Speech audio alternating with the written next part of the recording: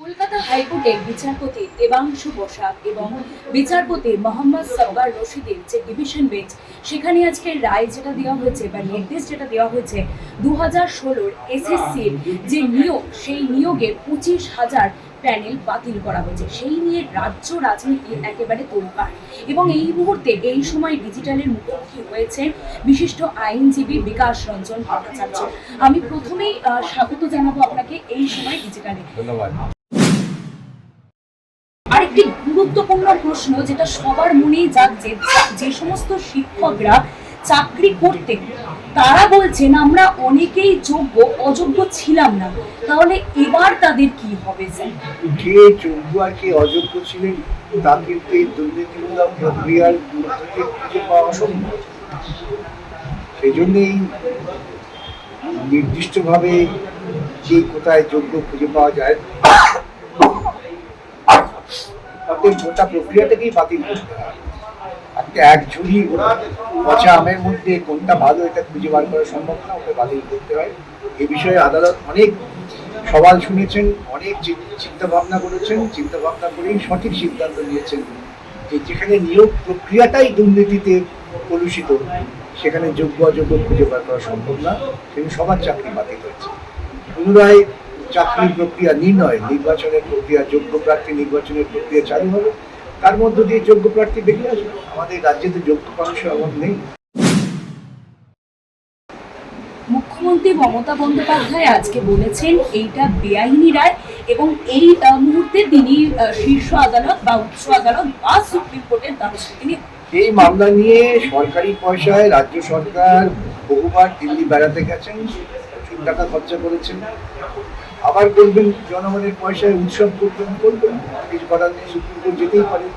কিন্তু তাদের খুব আখেরে লাভ হবে বলে মনে হয় না, কেন সুপ্রিম কোর্টই একবার তাদের ফেরত পাঠিয়ে দিয়েছে। এখানে এই চাকরি বাতিলকে সুপ্রিম কোর্ট বাতিল করেনি, সুপ্রিম কোর্ট সাময়িক স্থগিতাদেশ দিয়ে পাঠিয়ে দিয়েছিল বিচারের জন্য নতুন ডিভিশন বেঞ্চ। এখানে ওদের তো অভিযোগ ছিল, আগের যে বিচারপতি বিচার করেছেন যারা, তাদের বিরুদ্ধে অভিযোগ ছিল, তাদের বিরুদ্ধে রাস্তায় মিছিল করেছে, গালাগালি করেছে, টেলিভিশনে সন্ধ্যেবেলা বসে গালমন্দ করেছে। সেই জন্য সুপ্রিম কোর্ট বলেছেন কলকাতা হাইকোর্টের চিফ জাস্টিসকে নতুন ডিভিশন বেঞ্চ হবে। সেই ডিভিশন বেঞ্চ তৈরি হয়েছেন, তারা দীর্ঘদিন শুনেছেন, তারপরে এই রায় দিয়েছেন। অত্যন্ত সঙ্গত রায়, দেশের সাংবিধানিক ব্যবস্থার পক্ষে, প্রশাসনিক স্বচ্ছতার পক্ষে একটা যুগান্তকারী রায়। মুখ্যমন্ত্রী মমতা বন্দ্যোপাধ্যায়ের একটা কোড আনকোড কথা যে 5,000 অভিযুক্তদের জন্য 26,000 চাকরি কেন যাবে, এই প্রসঙ্গে 5,000 অভিযুক্ত এটা নির্ণয় করছেন কি করে? নিশ্চয়ই সেখানে দুর্নীতির মধ্য দিয়ে। তাহলে ওরা 5,000 খুঁজে পেয়েছেন, আদালত দেখলেন সেখানে 25,000 আছে। এইরকম দুর্নীতিমূলক প্রক্রিয়া সুপ্রিম কোর্টের রায় আছে, কে ভালো কে মন্দ খুঁজে পাওয়া যায় না, অতএব পুরোটাই বাতিল করতে হবে।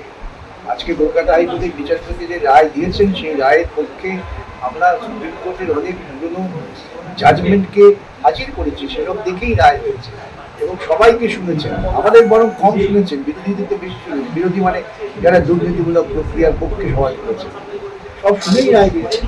মমতা কি বলছেন তা নিয়ে তো বিচার করে লাভ নেই। এসএসসি চেয়ারম্যানও তো বলেছেন যে তিনি শীর্ষ আদালতে যাবেন বা দ্বারস্থ হবেন। সরকারি পয়সা দিল্লি বেড়াবেন। আরেকটি প্রশ্ন, যে অনেকেরই বুঝতে অসুবিধা হচ্ছে যে এই পুরো যে প্যানেলটা বাতিল হলো, তার মধ্যে কি সবাইকে কি বেতনগুলো ফেরত দিতে হবে যারা শিক্ষক ছিলেন? না, তা নয়। বেতন ফেরত দেওয়ার ক্ষেত্রে একটা নির্দিষ্ট যাচাই করেছেন যে অনেকেই প্যানেলের যে জীবন সীমা তারপরে যারা চাকরি পেয়েছে, যারা ওয়েমার শিটে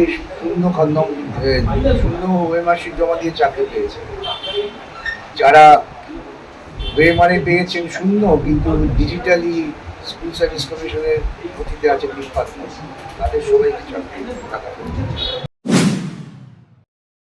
আর আরেকটি বিষয় যে 12% সুদ, এটা কেন দিতে হবে, মানে কি প্রসঙ্গে দিতে? দেখুন, এটা তো সরকারি টাকা, আমার আপনার দেওয়া করের টাকা, এটা দুর্নীতিমূলক প্রক্রিয়ার মধ্যে দিয়ে খরচ হয়েছে। আরেকটি প্রশ্ন থেকে যাচ্ছে যে শিক্ষকরা যারা আছেন, যাদের আজ বাতিল হলো চাকরি, তারা বলছেন তারাও শীর্ষ আদালতে যাবেন। সবার অধিকার আছে, তারাও তো এখানে ছিলেন, তারা তো আগেও শীর্ষ আদালতে গিয়েছিলেন, সেখান থেকে এখানে এসছেন, এখান থেকে আবার শীর্ষ আদালতে যাবেন, প্রত্যেকেরই রাস্তা খোলা আছে, কোনো আপত্তি নেই। আপনার কি তাদের তাদের সুবিধে, তাদের দুর্নীতির টাকা আছে, আর যারা মামলা লড়ছে তাদের তো পয়সা করি নেই, তাদের নির্ভর করতে হয় উকিলদের দয়ার উপর। এই আর পাচ্ছি। শেষ প্রশ্ন আমার, আপনি কি মনে করেন এর পরবর্তী ক্ষেত্রে দুর্নীতিমুক্ত সমাজ করা যাবে কি? এটা নির্ভর করছে পশ্চিমবঙ্গের জনগণের চেতনার উপর। যে চেতনা দুর্নীতিমূলক প্রক্রিয়ার মধ্য দিয়ে একটি রাজনৈতিক দল তৈরি হয় তাকে সমর্থন করে, সেই জনচেতনা যদি আজকে জাগ্রত হয় তবেই পশ্চিমবঙ্গের মতো রাজ্যের দুর্নীতিমুক্ত প্রশাসন চলবে।